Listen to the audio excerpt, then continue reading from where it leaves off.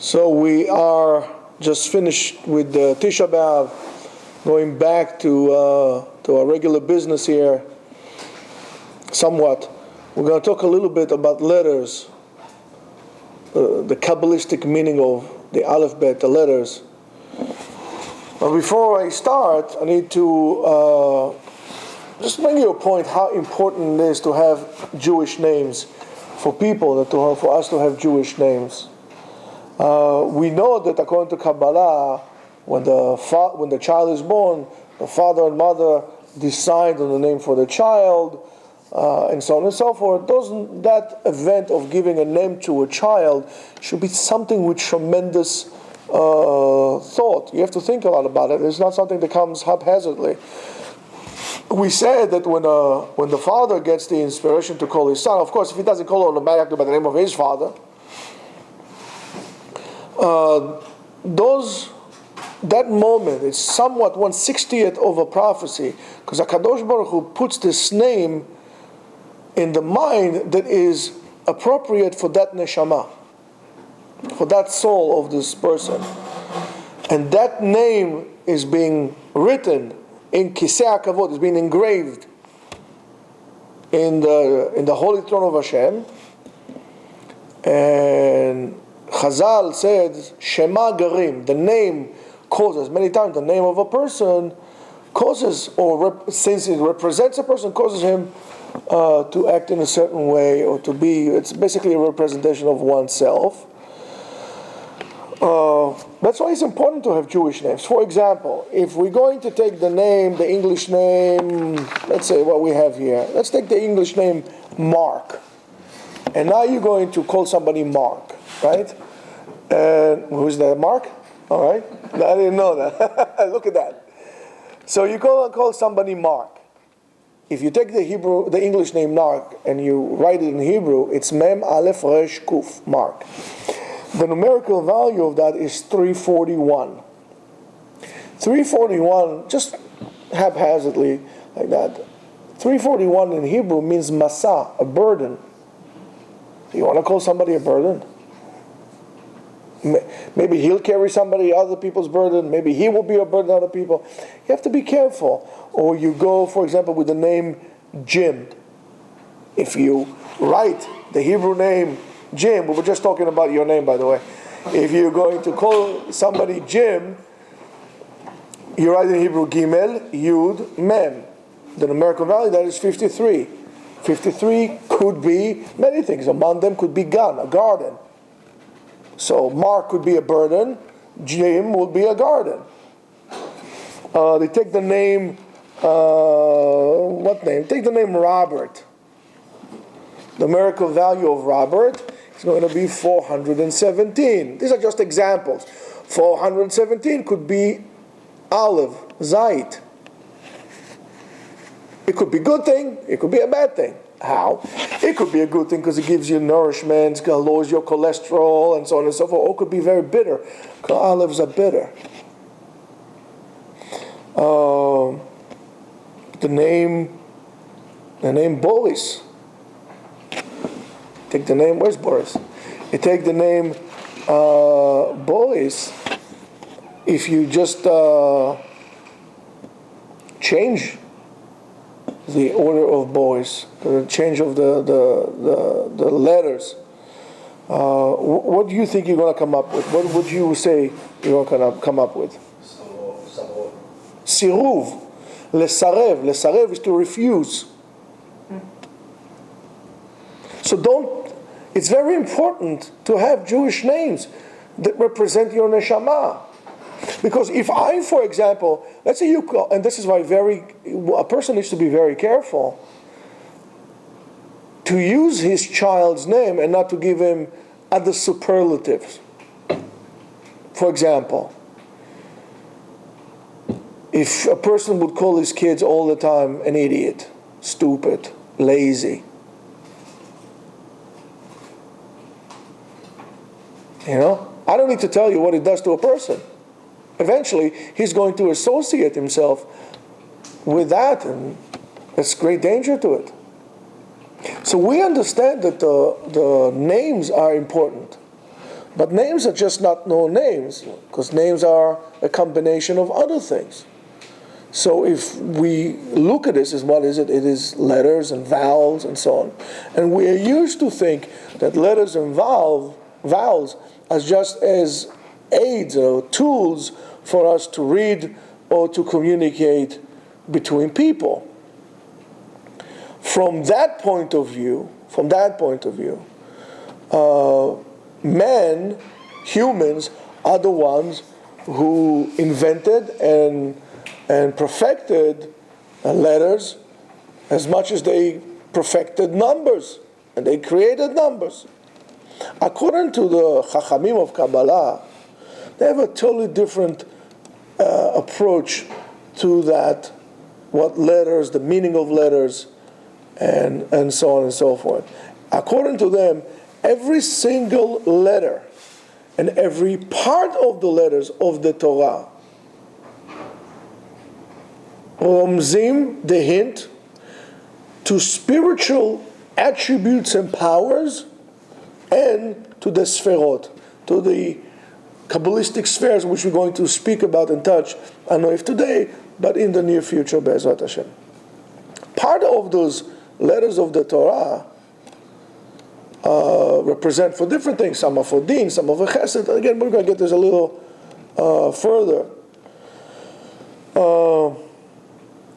But we'll continue now with and we'll say that as much as the sferot, chesed, and so on and so forth, are apparatuses to reflect or to identify the intensity of the spiritual light, so is the same thing happens to the letters of the alphabet. Every single letter is a chamber, and it is a place ground for those spiritual powers that would come and that would be reflected through this letter itself. Writing the letters in different combinations would express a combination of different spiritual powers as they come to play. That's why it's important to know the letters and what do they represent. I'm trying to create an introduction later on to really tell you which is which, and then you can tell, for argument's sake. Let's say, for example, if you'll be able to analyze, if you take a name by the combination of those letters, what does it, not only what does the name mean, but also what is the Kabbalistic attribute that is being reflected from that name. And that's why it's important to call people with appropriate names. Not only Hebrew names, not only nice names with meaning, but also names that have beyond that. And you see, for example, the Nesi'im, many times they came in, they changed the names. It was quite of a common practice in the olden days to have multiple names as certain events would happen to you that will get names. Moshe Rabbeinu has a whole bunch of names. Yitro has names, and so on and so forth. Dad Shlomo HaMelech had names. So, upon a significant change or an event in someone's life, sometimes the name would be changed as well. And so that's why a person needs to pay a lot of attention to that. I mean, I don't understand why. It's very interesting, and it reflects a lot also on your identity and what comes out of it. When I was young, I'm still young, but younger, it was very important in Israel to give everybody Hebrew names, Jewish names. It became a thing to call. Until that point, people did not really, besides the name Yehoshua, nobody called. It was very uncommon to have people with the name of Shoftim, Gidon, Ehud, and so on and so forth, Barak. When they came to Israel, they started to associate with whatever came with the Shoftim. They used to go to war and So they start to call people with the names. But yet, everybody had a Jewish name. In the Israeli army, once you reach a certain level, in terms of your ranks and your positions, you are obligated to Hebraize your name. So it will be very difficult to find a pilot, an Israeli pilot, with a non-Hebrew last name. At least that's what it was at the time. My cousin, they forced him, he was in a certain unit, he was forced to change his name, even though his name was only a Jewish name, right? His last name was Ben Joya. Joya is a Jew. Ben Joya, the son of a Jew. It's a Sephardic Greek name of a family, even though they came from Turkey, but it was a family that came from Izmir, from Saloniki, and then they went to Izmir. His name was Ben Joya. Last name was Ben Joya. When he went to the army, he had a job, whatever he did, they forced him to change his name to a Hebrew name. So he picked up the name Yahalom. Yahalom means a diamond, a jewel, the closest he can get. Another friend of mine, his last name was Aish, and he changed his name to Chaim. So, all of a sudden you come to Israel and people have the name Tom, Kim. It's like Kim, Jordan. Ma kara leYarden? No, Yarden is not good. Jordan. What's wrong with that? Right? Those names represent a lot. So that's what we're trying to do. So those combinations of the names now represent, and since they represent, they come along with that, spiritual powers as well, or spiritual attributes. So, and we are not talking only as a theoretical matter. This is a practical thing. For example, when a person writes the Sefer Torah, he writes b'kavanah, he writes a kavanah, he has an intention, he writes a betahara. When a person writes his name, he continues, he brings about the kedusha to those letters, because while he's writing, you are combining the physical act of writing, which I am writing, so it's a physical act, with a spiritual process, which is the mind. So it's not just writing gibberish. I'm actually combining here physical and spiritual together. That's why, and then by doing so, I could express my thinking, I can express my whatever comes below. That's why a person who writes a Sefer Torah, writes a mezuzah, needs to write it b'kedusha u'b'tahara. It was very difficult. It would be pasul if a person wrote a mezuzah or Sefer Torah and he was thinking chat v'shalom something of profanity. It will be pasul. Why? Because the koach that come with my thought is now reflected wrong on the Sefer Torah. That's why. So, but I don't know that. That's why you need to buy or purchase your kitvei kodesh, tefillin, mezuzot, Sefer Torah, megillot from a person who is yereh shamayim. You're not only paying for the writing. You're paying for the time that the person has invested in himself to really perfect himself and to work on himself. Now you might understand why I need the koach gavra. I need the person to write it. That's why I can make a beautiful Sefer Torah just writing it from a font on the computer. It will be perfect. It will be better than the person wrote it. But it's not good because I need in the Sefer Torah the combination of two different opposing attributes, the physical and the spiritual together. I need it. I must have it. When you come to that, it makes sense all of a sudden. Why I cannot just print the Sefer Torah? And it has to be bekoach gavra, lo'otzi, to be able to derive mina koach el hapoal. And this represents in a way everything that we do, our life, to be able to take something that is theoretical and to execute it.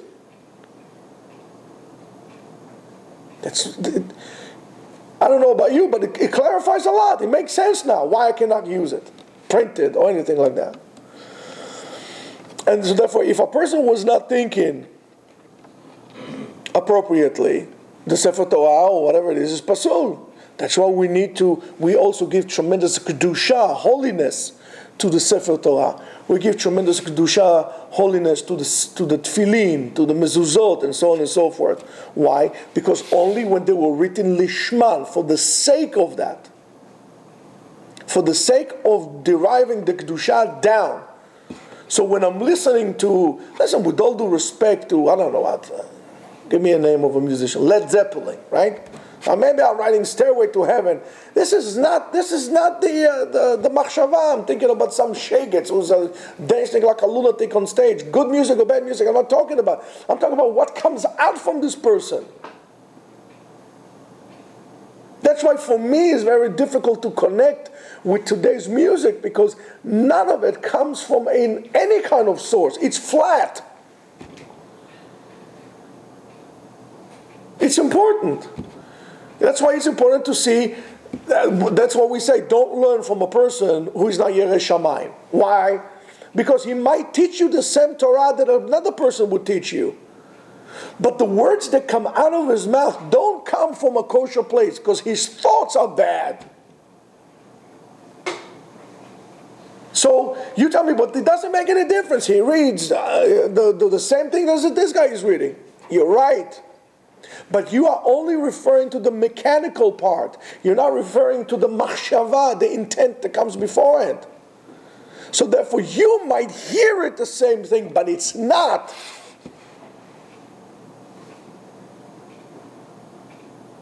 And it's something to think about. It's something to think about. That's why it costs money. That's why, but again, we need to demand, and you need to be an educated consumer. Who you buying your tefillin and mezuzot? He has to be muchzak. He has to be established to us as Yerei Shamayim Merabim. That many people know he's Yerei Shamayim. He's a person who is makpid. He has to be Baal Midot. He has to be humble. I don't want arrogance in my Sefer Torah.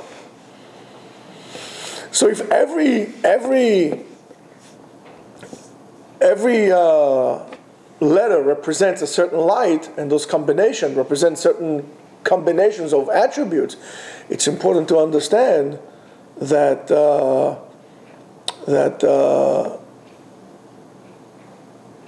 it's vital.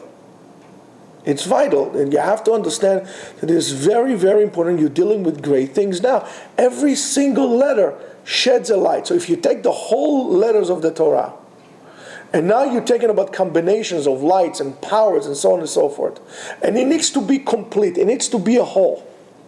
Now you understand that if one letter is missing, or one letter is broken, the Sefer Torah is pasul, because the light that would come from the Sefer Torah and shed on me is blemished. It's not a direct light. It's like I'm trying to pinpoint the light through a broken mirror. It would never reflect right. That's why the Ari says when they do Hagba'ah, you have to look for the letter that starts with your name, and in a way you have to look, people are looking like this. What are you looking at? It's not light that you see from with your eye. There's nothing will come to you like, oh, no. It's not going to happen. But you need to understand what you look at. The light that we're talking about is the light that comes from the first letter that starts with your name. Let's say your name is Moshe. So you look for the name, the first name, the letter of the name Moshe is Mem. So you need to look for Mem, and now you know what exactly comes from that. That's what you're looking for. These are not lights that you see with your eyes. When we're talking about lights, we're trying to give it some kind of a form, but it's something spiritual. It's a spiritual attribute. That, by the way, we all feel, we all aware of that. We just don't know what it is because we were not exposed to it in the right manner. That's why we call it this or we call it that.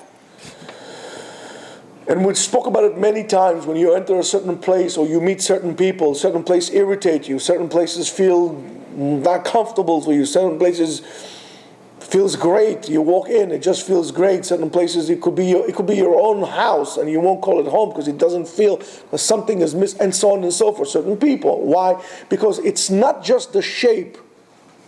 We put too much emphasis on the external, not understanding that it's just a reflection of something deeper inside. So are the letters. And therefore, when a person, the Ramchal writes from Sefer Etz, from Derech Etz HaChaim, from the way of tree of life, he writes, Ach Torah Kedosha Yi Kodesh. Our holy Torah is a holy entity. אשר למציאות גבוהה בגובהי מרומים.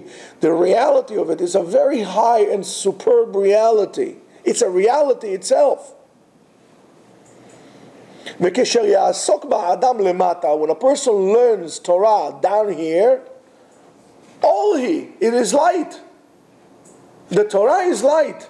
אשר תאיר בנשמתו, is going to shine in his soul, להגיע אותו אל גבהי מרום. That is the light in which allows you to elevate yourself to go up. In a way, the Torah is the cable or the elevator that allows you to elevate your soul. But you need to let this in you. That's why a person needs to learn Torah in appropriate manner, in appropriate clothing, and in an appropriate place. And בדרך הערה ופעולה חזקה אשר יפול, how he's going to do it? In a strong way which would light and shine his way. Otherwise you're blind, you're walking in the darkness. He says, והנה דיבר החכם, שלמה המלך says in Mishlei is proves, he says the following, ותורה אור. Torah equals light. Torah is light. So when we say is light, is all mamash is a real light. There's no like a chokhmah. So when you refer to Torah as wisdom, as some kind of a knowledge, so philosophy is knowledge, so is history, geography, and everything else, physics and everything else.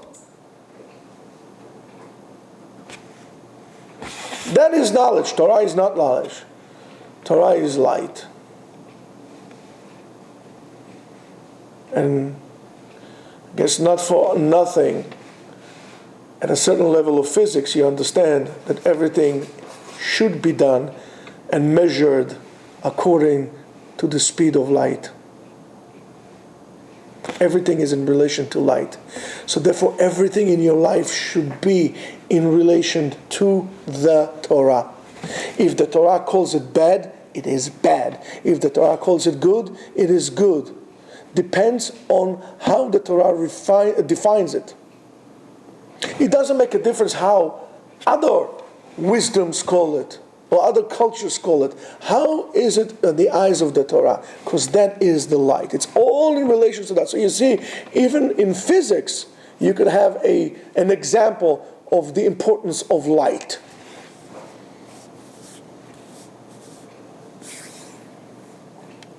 And he says, because this reality up there, Behikansa b'neshama, when that reality, the light of the Torah, when it enters the soul, כאשר ייכנס ניצוץ השמש באחד הבתים, it will be like if you ever seen it. It's hard here in America because you don't have shades. But sometimes let's say you have those blinds, so you open your blinds, and in the morning you might get like in a right angle how the house is dark, but then through the blind, through the crack, you get a beam of sunlight, and that beam of sunlight not only lights the whole entire room, but also changes the whole atmosphere of the room. You probably guys don't see it because you get up late. If you get up early, you would see that. Or if you live in a house that has a western exposure, in the summer, when the sun is setting, sometimes the whole entire house will change into red. And together with that, it changes your twilight time, right? It changes your mood. You're coming a little bit more tranquilo. So is the light of the Torah. When it enters you, it changes you from one end to another. It says, and sometimes it could be just like a little ember. You have an ember. So when you put them like this, a whole pile of embers, they look dull. They look just okay. It's an ember. But that ember needs to work. You work on it a little bit. So you take your little naf, and you're going, and you're making the wind. You give it some wind. You give it some ruchniut. You allow this to, and you blow the air, and all of a sudden, and it catches on, and you have a fire. So is that. It's not it's great that the Torah comes and you have this ember inside of you now. But now you need to bring some action into it. You need to vent it a little bit, bring some air into it, and then the fire inside you will grow and you'll be able to do things with it. The most important thing in survival, besides not being panicked, which spiritual, one time, I think we have the shiur one time, we gave the shiur about, by the way, there's no difference between spiritual survival, maybe we'll do it again, between spiritual survival and real outdoor survival. So first of all, a person should not panic. Whatever have you, don't panic. Once you panic, your chances to survive are close to nothing. So after you realize you're not panicked, the most important thing for your survival is fire. So is your spiritual survival. You need to learn, take your ember, or to take the potential of fire in you. Sometimes you need to strike, flint a little bit to make fire. You need to be able to learn how to make your internal fire go and work again. So I don't want to continue a little more than that. I just want to stop here. Allow the Torah, when you learn the Torah, don't learn it. And that's why I always had the problem with the concept of even learn Torah shelo lishma, eventually will be lishma. It's very hard for me to, I would say, to accept that. Because